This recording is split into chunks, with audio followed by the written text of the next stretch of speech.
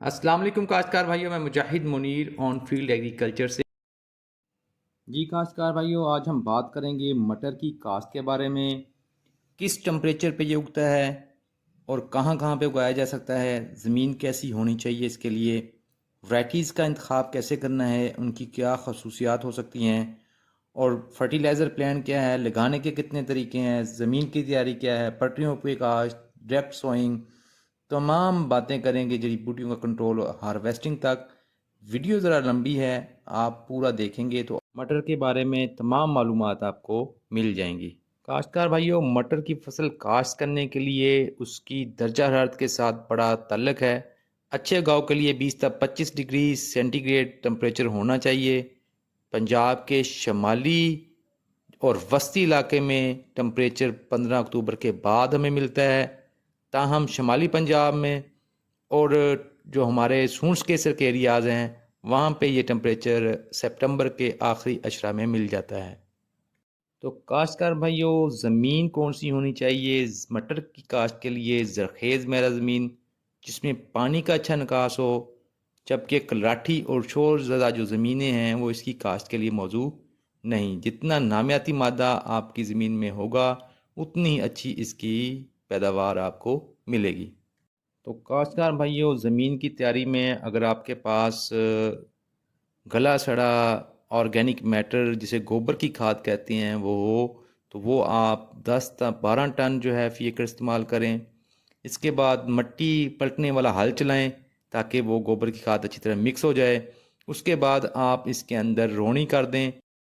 तो काश्तकार भाइयों, वक्ते काश्त के लिहाज से मटर की वैराइटीज़ की इकसाम कर लेते हैं, तरक्की दादा इकसाम की बात कर लेते हैं। मटर की इकसाम के दो ग्रुप्स हैं। पहला ग्रुप अगेती इकसाम के लिए, जबकि दूसरा पछेती इकसाम के लिए। पछेती इकसाम को मौसम सरमा की इकसाम भी कहते हैं। गेती इकसाम का जो दौरानिया होता है फसल का वो 50 से 60 दिन होता है, जबकि पछेती मौसम वाली इकसाम का दौरानिया जो होता है वो 125 से 130 दिन होता है। इनकी वैराइटीज़ का मैं एक एक ख़ास बयान कर देता हूँ।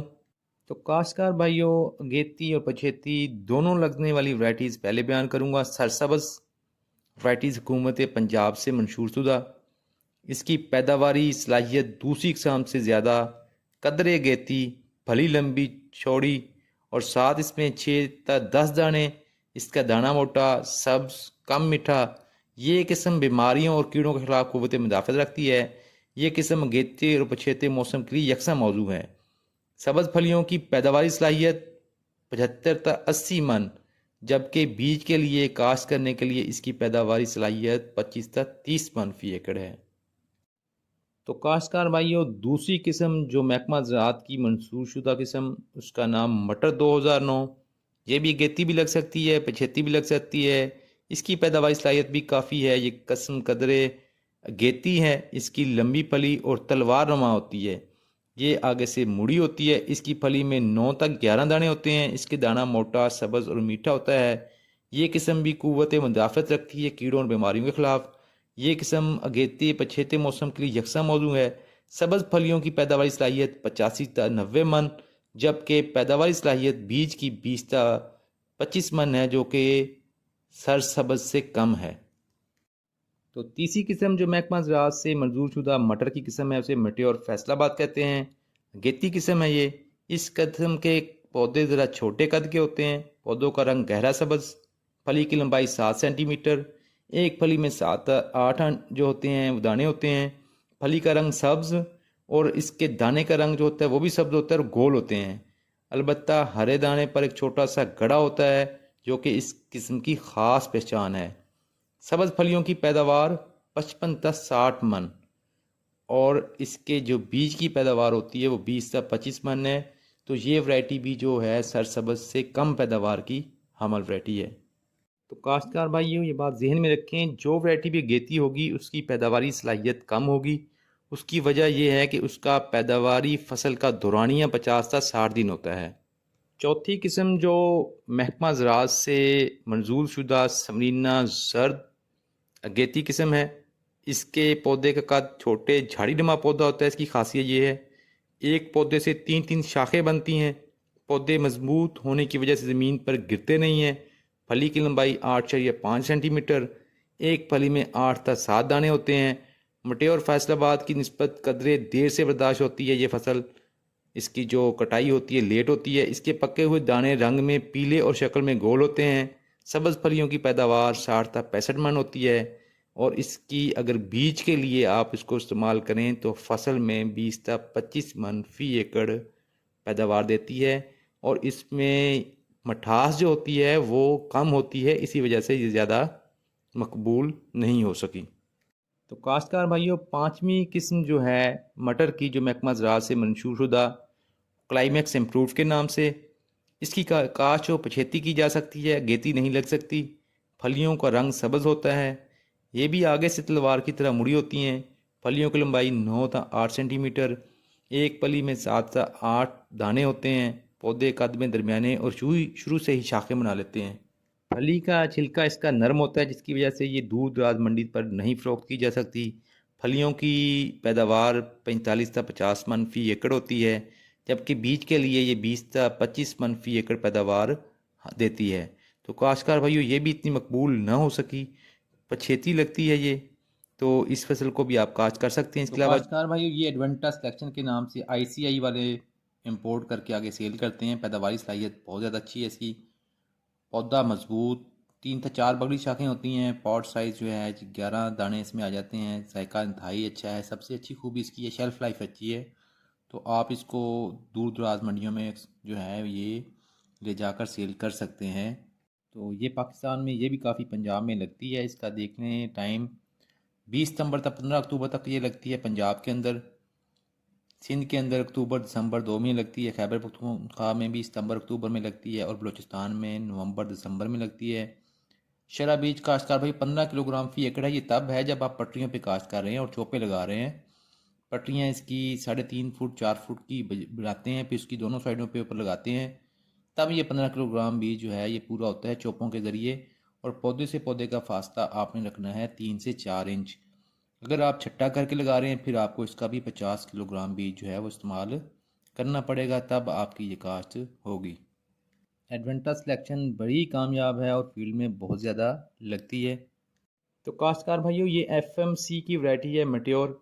लंबी फलियाँ, फी पौधा, फली की भरपूर तादाद, अगेती काश्त के लिए नहायत मौजू। ये भी अगेती काश्त में है जैसे पहले बताई है वैरायटी।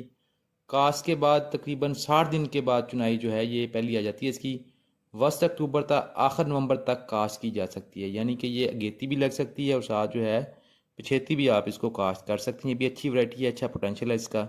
तो काश्तकार भाइयों, ये ग्रीन पर्ल, ये भी प्राइवेट बाहर से आता है। 60 आध दाने, ये सोनी धरती वालों की वैरायटी है। ये भी तकरीबन 2 महीने के बाद इसकी पहली चुनाई आती है और ये भी अगेती काश्त करने के लिए बेस्ट है। तो काश्तकार भाइयों, ये लीना पाक वैरायटी है। ये बहुत ज़्यादा काश्त है, काश्तकारों में बड़ी पसंद है। इसकी फल की लंबाई भी अच्छी है, फली में दानों की तादाद भी अच्छी है, सब्ज़ इसका रंग है। फलियों जो हैं इसमें जोड़े की शक्ल में होती हैं और पैदावारी पोटेंशियल भी इसका अच्छा है।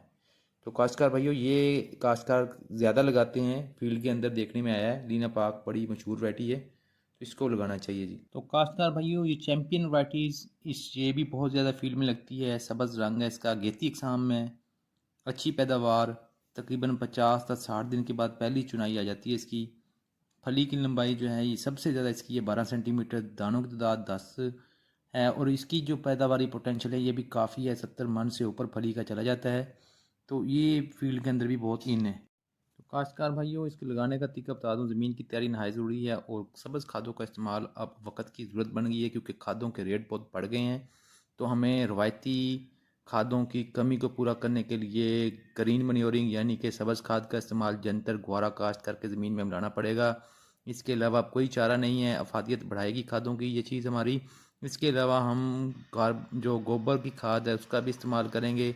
अगर आपके पास है तो फिर आप 10 टन फ़ी एकड़ इस्तेमाल कर सकते हैं। ये बिल्कुल सीधा इस्तेमाल कर रहे हैं।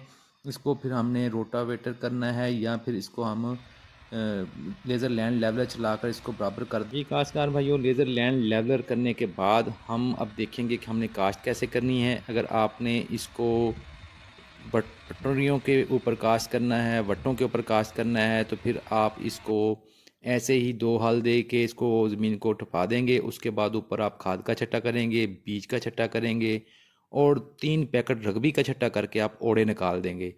अगर आपने इसको आप सादी काश्त करना चाहते हैं, ज़मीन के ऊपर फ्लैट काश्त करना चाहते हैं, फट्टों के पटरियों के ऊपर काश्त नहीं करना चाहते, फिर हम इसको लेज़र लैंड लेवल के बाद रोनी करेंगे।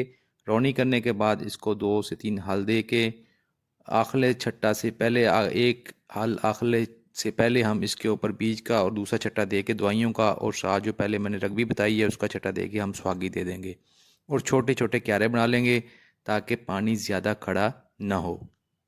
अगर आपने लेज़र लैंड लेवल करवाई है तो फिर आपको ज़्यादा बड़े क्यारे भी बना लें तो कोई मसला नहीं है, उसकी वजह यह है कि पानी बराबर ही लगेगा।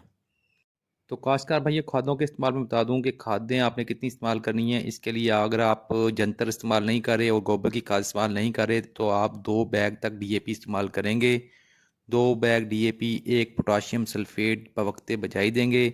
इसके बाद आप यूरिया जो है वो आपको बाद में लगानी पड़ेगी एक साथ के अंदर और 60 दिन के अंदर अंदर हमने यूरिया की एप्लीकेशन इसकी पूरी कर देनी है। पानी इतने ज़्यादा नहीं लगते, इतने ज़्यादा पानी से ये फसल ख़राब होती है, जहन में रखें। इस पर फंगस की बीमारियां भी आती हैं तो उसके कंट्रोल के लिए हमें सीड ट्रीटमेंट तो ऑलरेडी होती है लेकिन हमें बाद में स्प्रे करने की ज़रूरत पड़ती है। बीज जब आप लगा देंगे तो उसके बाद फिर आप पेंडी मेथिलीन या डुआल गोल्ड का स्प्रे कर देंगे 1 दिन के बाद तरवतर हालत में, ताकि आपकी जड़ी बूटियाँ जो है वो कंट्रोल हो जाएं। मटर लगाने में सबसे ज़रूरी बात इसका टाइम ऑफ सिलेक्शन है, कब काश्त करना है। बहुत ज़्यादा गेता काश्त करेंगे एक तो जर्मिनेशन उसकी नहीं आएगी, अगर वो आ भी जाए तो उसमें फंगस की बीमारियाँ बहुत ज़्यादा जाती हैं। उसमें पहला पानी हम कहते हैं बहुत ज़्यादा लेट लगाएं, मरती हुई फसल को लगाएं, लेकिन फिर भी जब काश्तकार लगाता है तो फंगस उसमें आ जाती है और वो बहुत ज़्यादा नुकसान कर जाती है। इस वजह से आपसे गुजारिश यही है कि लेट लगाएं, इसको अक्टूबर के महीने में लगाएं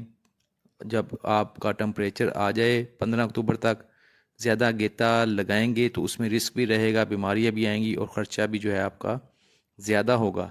रकबी का इस्तेमाल बहुत ज़रूरी है क्योंकि उसमें नीमाटोड्स आते हैं जिसकी वजह से पूरे का पूरा खेत एकदम झुलस जाता है, आपको समझ ही नहीं आती कि खेत में क्या मसला है। खासकर भाइयों जब फूल आ जाए तो उसके बाद बोरान का एक स्प्रे और एजाबियान का एक स्प्रे करना चाहिए ताकि अच्छी तरह फूल की सेटिंग हो जाए और उसको न्यूट्रिएंट्स उस वक्त मिल जाएँ, पोलिनेशन अच्छे तरीके से हो जाए और सीड सेटिंग बेहतर हो जाए।